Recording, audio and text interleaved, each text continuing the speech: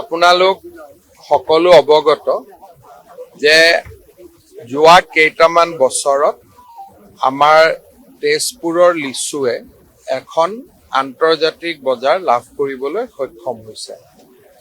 এই বছৰ কেইদিনমান আগতে এপেডাৰ জৰিয়তে আমি ডুবাইলৈ 1000 কেজি লিচু ৰপ্তানি কৰিছিলোঁ।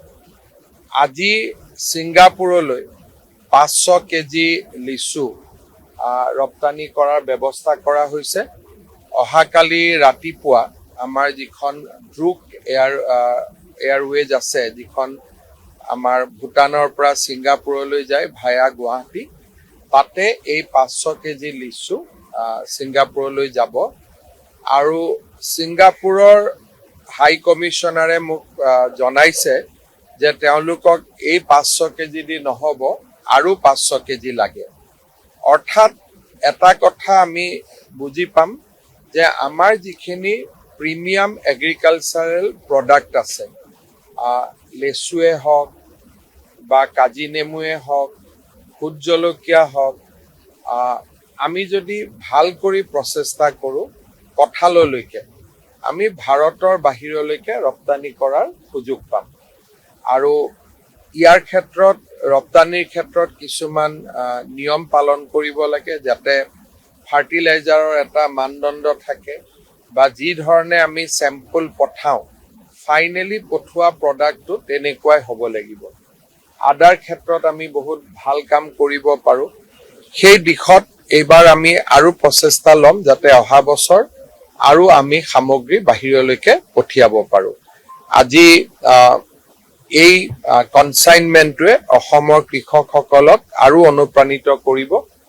তেজপুৰৰ লিচু এইবাৰ আমি আৰু বেছি পঠিয়াব পাৰিলোহেঁতেন, কিন্তু ইমান লেচুও নাই, কাৰণ তাতে 3000 মান গছতহে এই লেচু উৎপন্ন হয়। আৰু অসমতো এই লেচু যথেষ্ট পৰিমাণে বিক্ৰী হয়, ভাৰততো বিক্ৰী হয়।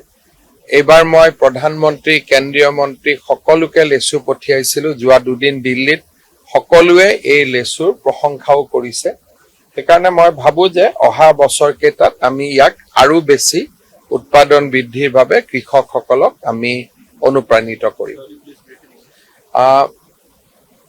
The lychee produced in Tezpur, which is an important city of Assam, is GI tag and has immense demand outside the country.